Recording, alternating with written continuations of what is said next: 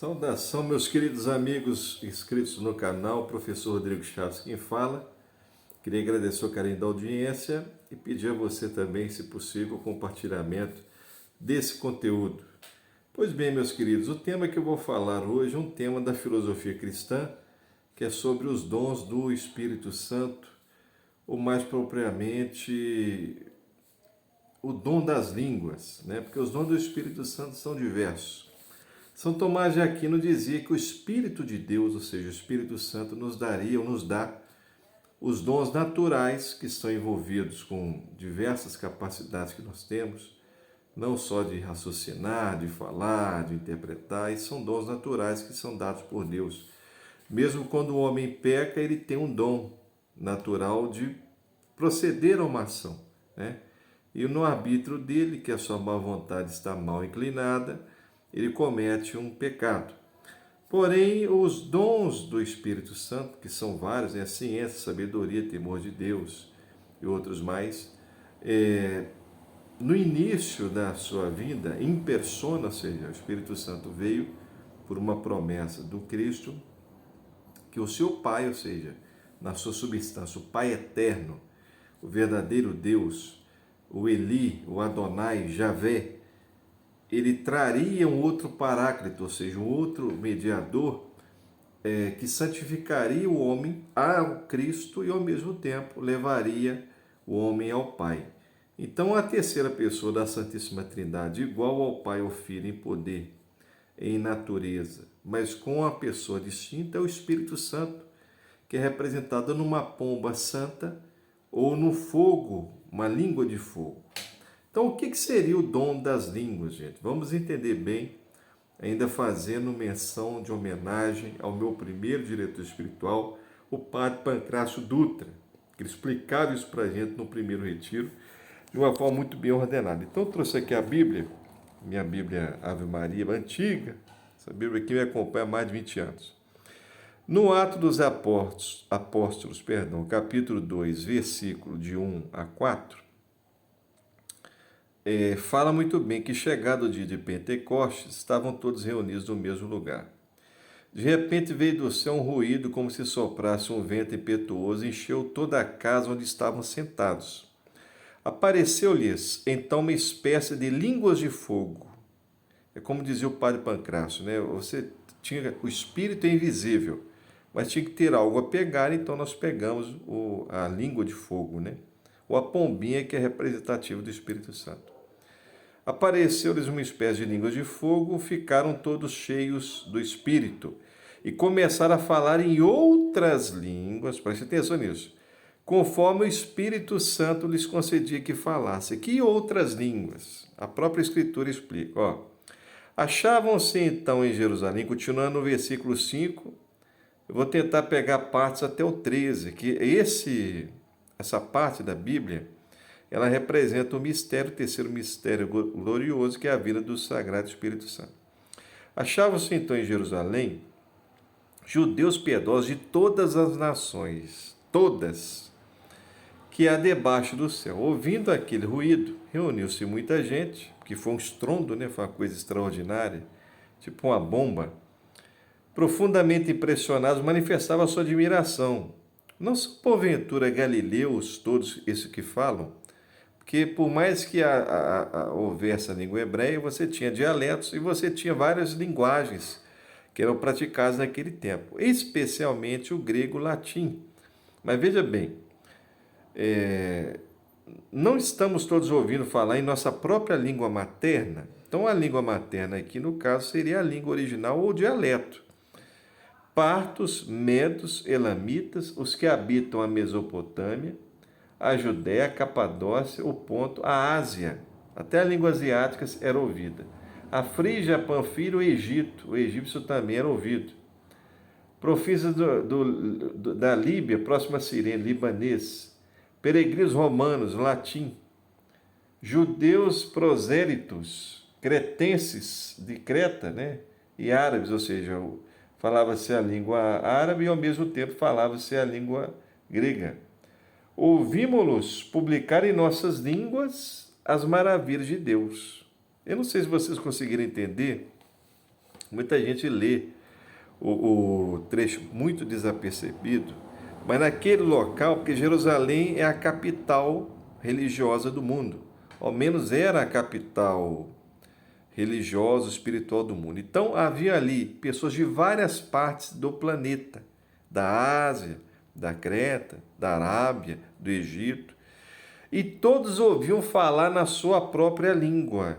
Ou seja, o Pedro estudou latim? Não. Pedro falava na língua dele.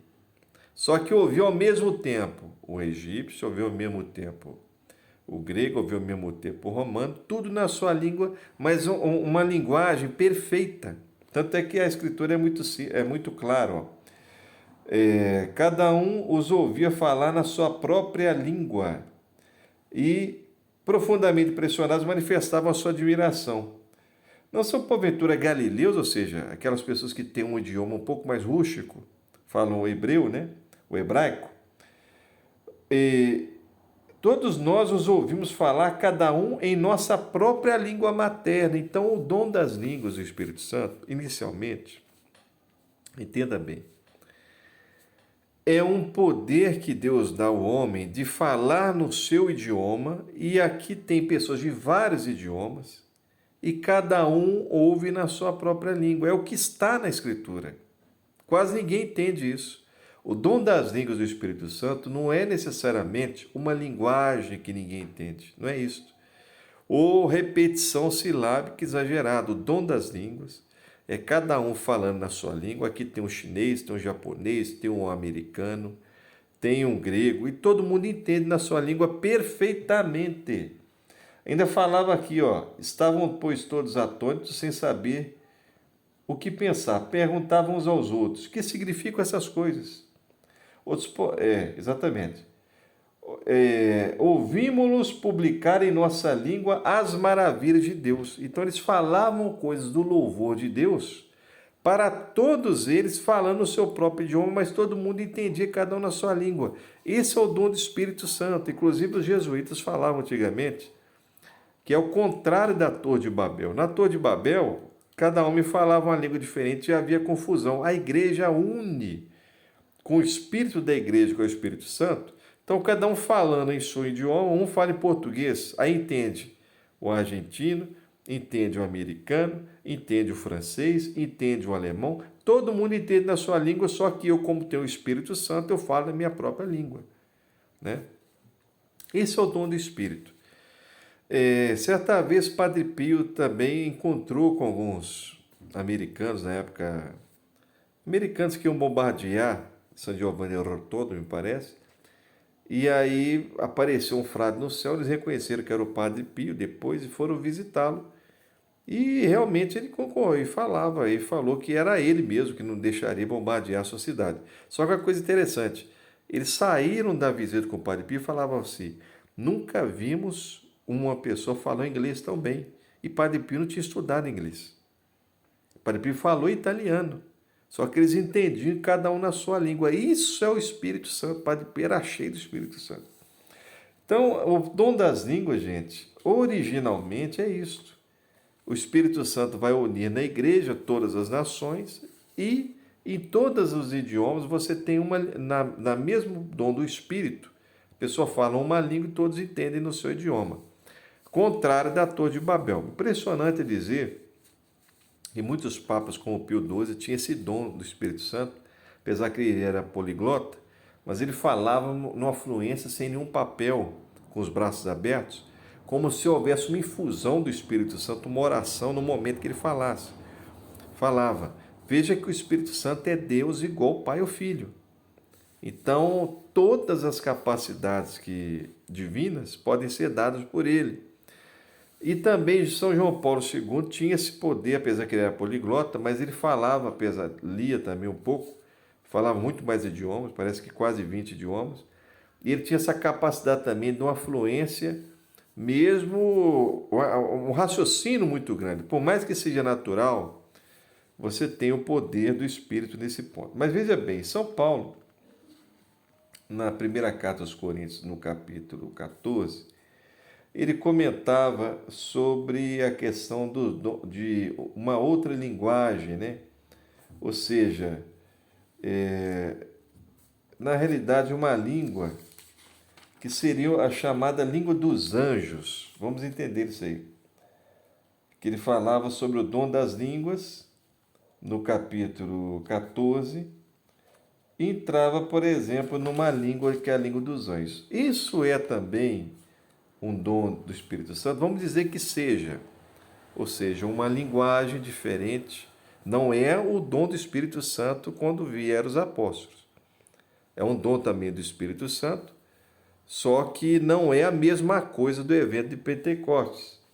Mas São Paulo fala muito bem que a linguagem que era falada na Assembleia, ela deveria ter uma interpretação. Ou seja, você não poderia falar uma linguagem dos anjos, ele não negava essa existência desse idioma, mas a linguagem dos anjos é parecida com aquela música do Manto de Nossa Senhora de Guadalupe, só que não é feita em teclado. Ela não se exprime sílabas humanas, perdão. Então você não tem uma formatação humana, é uma linguagem diferente, né? Como São João Batista Maria Veni, quando era tentado pelo diabo, o diabo falava com ele, ele falava que voz feia, que entonação silábica horrorosa. Então, quer dizer, ele falava no idioma dele. O demônio, como é um ser superior, porque é um anjo, superior nesse sentido, os anjos são superiores, como dizia São Pedro, na inteligência e no poder. Ele não precisa estudar a linguagem para saber, ele vai falar naturalmente. Então, por exemplo, uma pessoa endemoniada vai falar latim, vai falar grego, vai falar. Tanto é que quando o padre Quevedo entrevistava algumas pessoas que eram satanistas, falava que incorporava o demônio, quando ele falava em latim, hebraico, ou árabe, ou qualquer outra linguagem daquela época, o endemoniado não entendia nada, né? Então, quer dizer, aquilo ali era tudo falso. Apesar que havia, infelizmente, indiretamente um culto maligno ali, né? A pessoa era usada pelo diabo, mas não tinha incorporação dele. Então, era também muito esoterismo, muita crença, mas havia, infelizmente, esse culto. Pois bem, então o demônio ele pode falar vários idiomas, só que a linguagem dos anjos não é uma linguagem humana. Então São Paulo advertia sobre os dons do Espírito Santo, dizendo que havia essa linguagem também extra, que não era aquele dom dele falar no Espírito Santo e todo mundo entendesse na sua língua, mas era um dom que você falava uma língua dos anjos e quase ninguém entendia, porque era uma linguagem superior. Só que tinha que haver um intérprete, ele falava muito bem, que pouco adiantava você... Aqui, ó, se não houver um intérprete, fiquem calados na reunião. Quando vos reunis, quem dentre vós tem um cântico, um ensinamento, uma revelação, um discurso em línguas, uma interpretação a fazer, que isso faça de modo a edificar. Se há quem fale em línguas, não fale senão 2 ou 3, quer dizer, uma minoria, 2 ou 3, não é todo mundo. Está na Bíblia, né? Quando muito, em cada um por uma sua vez, e haja alguém que interprete. E essa linguagem parece que não era forçada. Então, é essa questão, com todo respeito ao movimento carismático que nós temos na Santa Igreja, que é um movimento maravilhoso, imprescindível, né? Porque é um culto especial ao Espírito Santo, à pessoa do Espírito Santo, a pessoa divina. Só que nós não podemos também tentar a Deus. Então, por exemplo, esse dom das línguas extra, São Paulo dizia, era um dom que vinha naturalmente e alguém da Assembleia falava e tinha alguém que interpretava essa linguagem. Né? E ao mesmo tempo, quer dizer, se o intérprete faz a interpretação, ele tem um domínio do Espírito para fazê-lo. E a pessoa que fala nessa linguagem, ele tem a capacidade, obviamente, de ter uma elevação entre os 7 céus, que nós sabemos que o estágio da alma são 3, fora a introdução e a finalização, e após a finalização, ou seja, o estágio mais alto, no qual o homem evita até os pecados veniais, e já está no estado de santidade, independentemente do seu estado de vida, e aí ele já está entre os 7 céus que o próprio São Paulo dizia, né? Entre o primeiro céu, que é você ter aquela visualização, aquela bem-aventurança, a ponto de você ter contemplações e meditações constantes, como Santo Afonso dizia. O sétimo céu é você realmente penetrar nos raios mais altos da divindade. Ou seja, o Pai te eleva a um nível que você não está. O sétimo céu, geralmente, ele é alcançado depois da morte. Aliás, os 7 céus, depois da morte, eles são mais fáceis de serem alcançados. A vida humana, ela permite que você alcance até a finalização do terceiro estágio, que é quando você evita os pecados veniais e chega no ponto que a Bíblia, a Escritura fala. Até o justo peca no máximo 7 vezes. Então você peca o mínimo possível, com comunhão diária, confissão frequente e a meditação constante, como o Santo Afonso dizia. Esse estágio, poucos chegam até no nível presbiteral, especialmente aqueles que às vezes debocham das crenças. Porque tem muita gente que é padre, que é bispo, que seja, pode debochar. Você fala, por exemplo, uma visão que uma santa teve, você começa, não, depois do Concílio Vaticano II isso acabou. Então, quer dizer, começa aquela mistureba. Isso é tentação do capeta também, né? Mas começa aquela mistureba doida, o cara acha que tudo é ciência e não entende ciência coisa nenhuma, e aí começa a debochar das coisas divinas. Mas isso não vem ao caso aqui agora. Mas voltando. Então, esse dom das línguas dos anjos não tem nada que ver com o dom de língua do Espírito Santo. Apesar que é um dom também, mas o dom original não era este. Era você falar em português, aqui tem um chinês, tem um japonês, tem um grego, tem um italiano, todo mundo entende na sua língua, eu falando na minha língua. Tanto é que a Escritura é clara. Não são eles galileus que falam, mas aqui tem todo mundo, cada indivíduo de uma parte do mundo, e nós ouvimos falar na nossa própria língua as maravilhas de Deus. Esse é o dom das línguas, né? Então, esse dom de línguas dos anjos era um tipo, igual eu comentei, uma voz, uma comunicação que não usava ou não usa sílabas normais. Então tinha que ter um interpretador. Agora, com todo respeito, você forçar a chamada linguagem dos anjos com certos defeitos de personalidade cristã. Todos nós temos. Mas tem pessoas, por exemplo, que dizem falar em línguas, mas cometem, às vezes, adultério público. Outros falam que falam em línguas, mas não cumprimentam o pobre na rua. Então, que raio de língua é essa, né? É a língua da apresentação, quer dizer, lá na frente eu falo em línguas. A língua dos anjos, eu estou na frente de todo mundo. Aí quando eu vou pegar a língua do pobre, a língua da fé, a língua do comportamento, eu não tenho. Não estou julgando ninguém, mas eu acho impossível uma pessoa com vida cristã precisando consertar, você falar em línguas. Não existe isso, né? Nós todos somos pecadores. Agora, por exemplo, eu conheço gente que tem comunhão frequente, comunga quase todo dia, tem confissão frequente e não tem onde não fala em línguas. Quer dizer, a vida é muito, muito mais elevada do que nós. Aí eu lá, um pobre pecador lá, cheio de defeito, e eu vou fazer uma pregação, posso até fazer. Mas eu falo em língua, mas cometo um pecado público. Então eu acho que aí não é. Primeiro é a questão do comportamento. Eu não acredito, por exemplo, quem fala em línguas que tem esse tipo de fazer distinção de pessoas, aquilo ali eu não acredito. Viver só pelo dinheiro, eu particularmente não acredito. Segundo, que o dom das línguas que São Paulo dizia, ele destoa disso que às vezes se usa como exagero nas igrejas. Tanto as igrejas pentecostais quanto na própria renovação carismática. Muitas vezes a pessoa exagera. O bom carismático vai adorar o Espírito Santo, mas não precisa forçar em línguas. Isso não vai fazer a pessoa melhor que ninguém. É como São Paulo dizia, tem que ter quem interprete.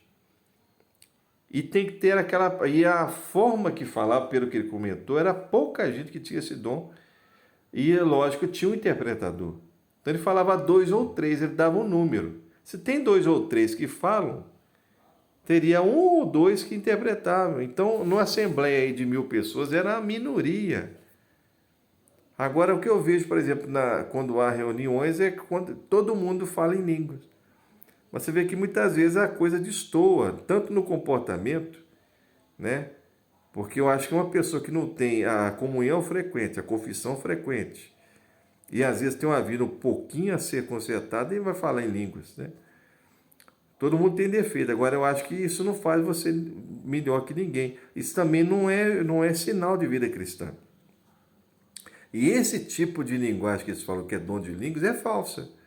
Porque esse dom de línguas que São Paulo diz não tem nada a ver com papapá, ppp, lá. Isso aí é tudo aí, entra no campo do exagero. Então, eu acho que deveria ser revista essa prática, especialmente entre nós católicos, para a gente não querer fazer uma coisa que não tem necessidade. Ele até comenta aqui, São Paulo, que pouco adianta você ignorar a palavra de Deus, a profecia, se não usa para edificação. Ele dizia, e se você não houver intérprete, fiquem calados. Quer dizer, é melhor você orar em silêncio do que você ficar gritando, você ficar batendo pandeira, essas coisas todas. Então, e falem consigo mesmo e com Deus. Está aí no versículo 28. E ainda dizendo no 26, ó. Um discurso em línguas e uma interpretação a fazer que eu faço para edificar, não é para parecer nem para fazer descrição, gente. A pessoa fica lá, mas está edificando alguém com aquilo ali, com aquele tipo de prática, às vezes nem edifica ninguém. É simplesmente um gesto, fica uma coisa exterior, às vezes até superficial, meramente gestual, verbal, e está edificando quem?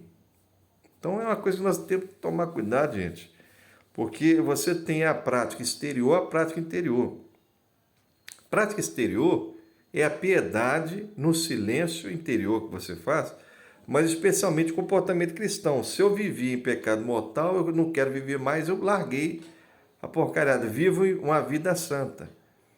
Isso é a verdadeira linguagem. Agora, o dom das línguas, tem aqueles que têm o Espírito Santo. Você fala na sua própria língua e todo mundo entende. Agora, o dom da língua dos anjos é raríssimo. Para poucas pessoas, ele tem que ter um interpretador. Agora, se você ficar fazendo gestos, ou simplesmente ações exteriores, né? Verbais, meramente verbais, para atrair atenção, isso não é dom de línguas. Isso não edifica ninguém. Eu acho que é melhor um sermão, uma palavra sobre um milagre, uma admoestação, um conselho, ou até a própria vivência, dentro dos exemplos de nosso Senhor Jesus Cristo, dentro da prática do que ele ensinou, ou então o exemplo dos santos. Se dá uma aula de conhecimento na reunião, para você edificar, do que meramente você ficar fazendo ações verbais exteriores, né? Verborrágicas, para dar a entender que você está com o Espírito Santo. Então eu tenho essa discordância aí, eu acho que não é por aí não. Eu até hoje, dom de línguas mesmo, eu não vi quase nenhum, para não falar nenhum, como o padre Pancrácio comentava, que ele nunca tinha visto, ele só viu uma vez com Paulo VI, quando Paulo VI falou algumas palavras em italiano, ele entendia em português, ele falava isso. E com São João Paulo II, que ele falava assim, não, fala em português, mas de vez em quando ele falava em polonês, ele entendia em português. Ele falou, mas não era sempre na conversa. O padre Pancrácio dizia, quando eu vi Paulo VI começou a falar em italiano, mas eu entendi em português na minha mente, a conexão do espírito, mas poucas frases. E com São João Paulo II. Agora, esses papas tinham o dom do espírito, queiramos imitá-los. Agora, nós vamos querer ter o dom do espírito, meramente pronunciando sílabas sem nenhuma conexão, fora do que está na Sagrada Escritura, né? Com comportamentos nossos que devemos consertar sempre, mas que muitas vezes não são possíveis de ser admitidos com o comportamento que tem o Espírito, né? E aí depois faz aquele lararriba, lararraba, né? E aí depois fica atraindo menções para si mesmo, quer dizer, meramente questões exteriores. Então isso é uma prática absolutamente falsa às vezes, né? Porque falar dessa maneira, o comportamento diz tudo aquilo.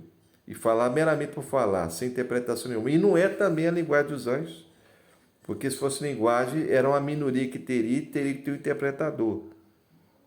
Então, falar dessa natureza seria no estágio êxtase, que não é o que acontece, mas é meramente ver a hemorragia, mais nada, infelizmente. É o que acontece hoje.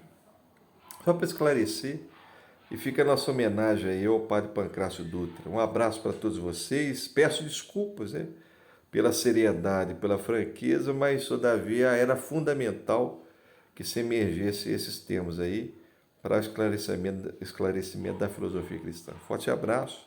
Se você gostou, compartilha e manda o seu comentário. Fique com Deus aí. Paz e bem para todos.